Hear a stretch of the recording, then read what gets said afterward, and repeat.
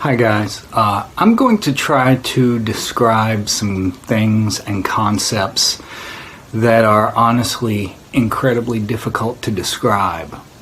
People have been trying to describe these things and convey these ideas and messages to people since the beginning of time and have always fallen short, so I'm sure I will too.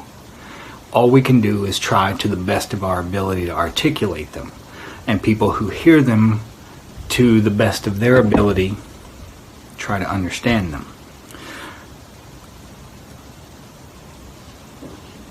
And honestly, I'm barely even certain where to start at.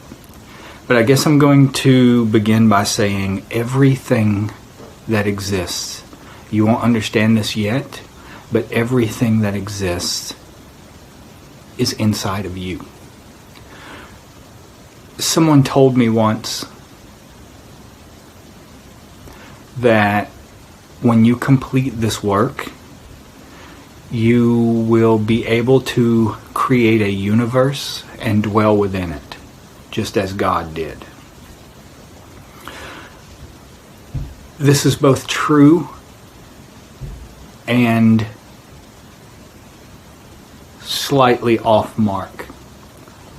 What you realize whenever you complete this work is that you have already done that.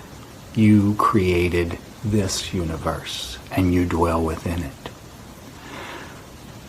Remember how I said that whenever we say God created the world in magic, what we are talking about is the infinite consciousness that resides outside of time and space, pouring itself into time and space in order to be able to experience change.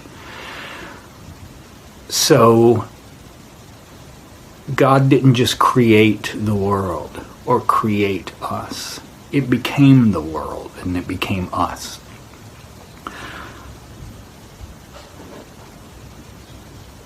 When you view this reality from one side of the abyss, it will appear radically different from when you view this reality on the other side of the abyss. What I'm talking about when I say the abyss is a kind of veil within your consciousness that prevents you from experiencing this universe as if you are God. When you cross the abyss, you experience that firsthand. Someone told me, the same person told me, that when we're talking about things like invoking angels, all of those things are within you. It's not like an outside thing. And I used to think, you don't know what you're talking about because I have perceived these things. I have interacted with them. I have had them do things. I have received information from them. I thought whenever they said that it was like a psychological thing. You know, like these are figments of our own psyche. And that's not exactly what it means either. Another thing,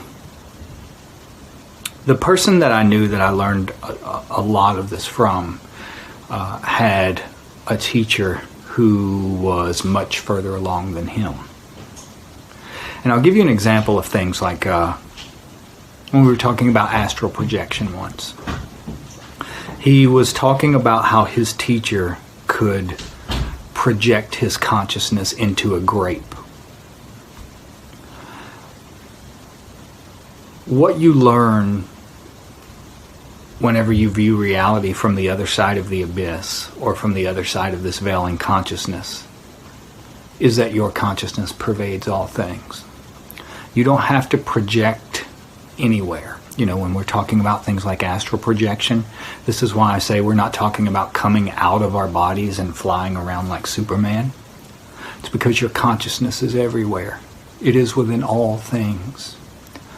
All we're learning to do is shift the focal point from one place to another.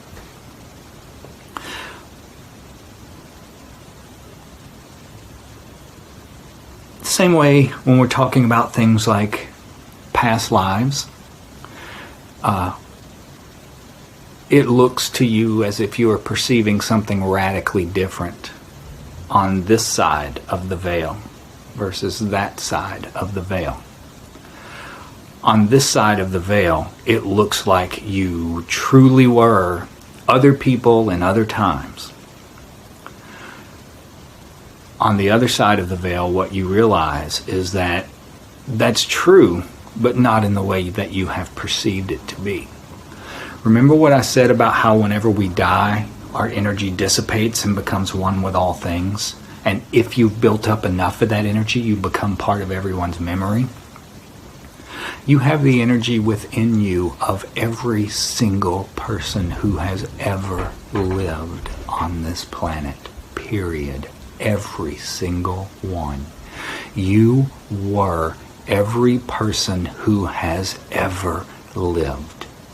When you're seeing a past life, what you are seeing is you are tapping into that energy within yourself.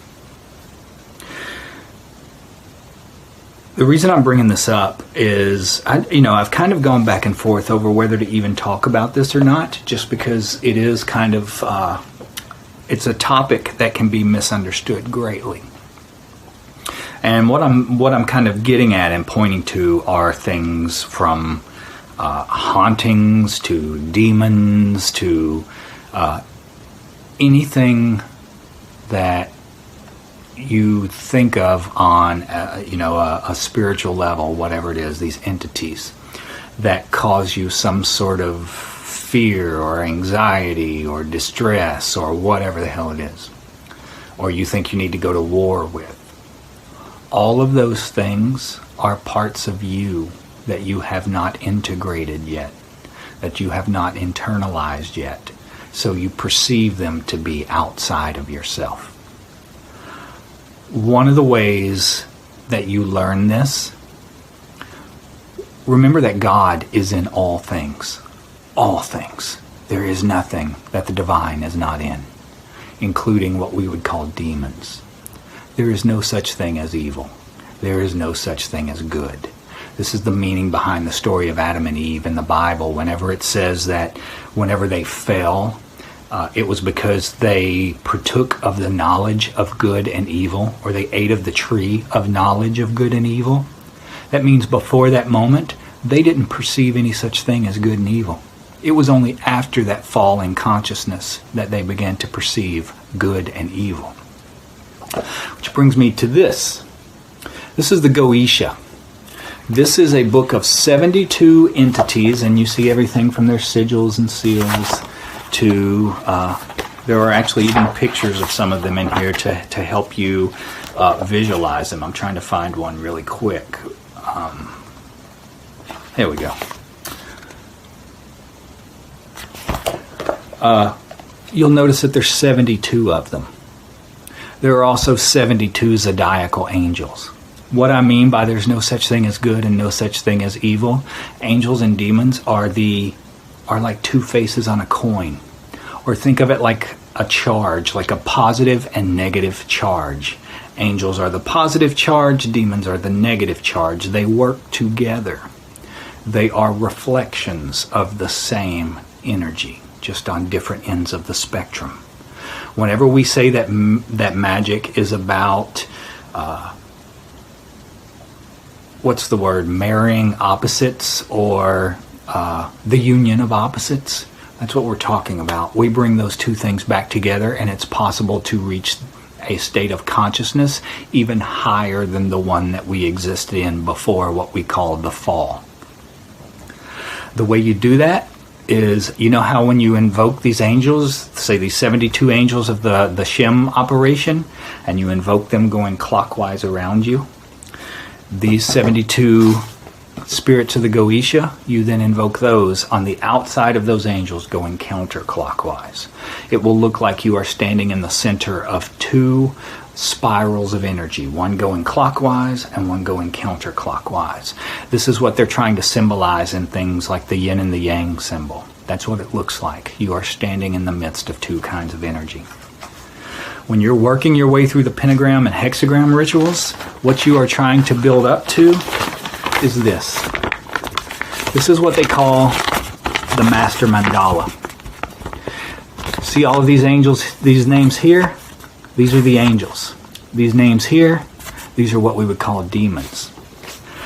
Almost everything we have been told about these subjects, angels, demons, all this kind of stuff, are told to us by people who do not understand any of this. These are people who took these things like, they hear them like myths and fairy tales and stories, and they took those stories to be the concrete truth. And they were told to them by people who had not experienced any of this stuff firsthand.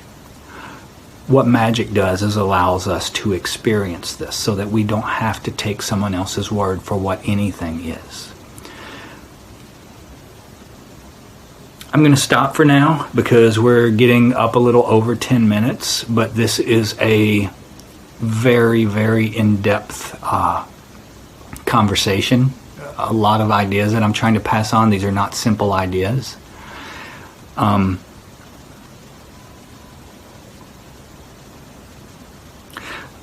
But I am going to stop. There's a bunch of more things I want to say, but I'm going to stop. I hope you guys are well, and I will talk to you back here again tomorrow. Have a good day. Love you.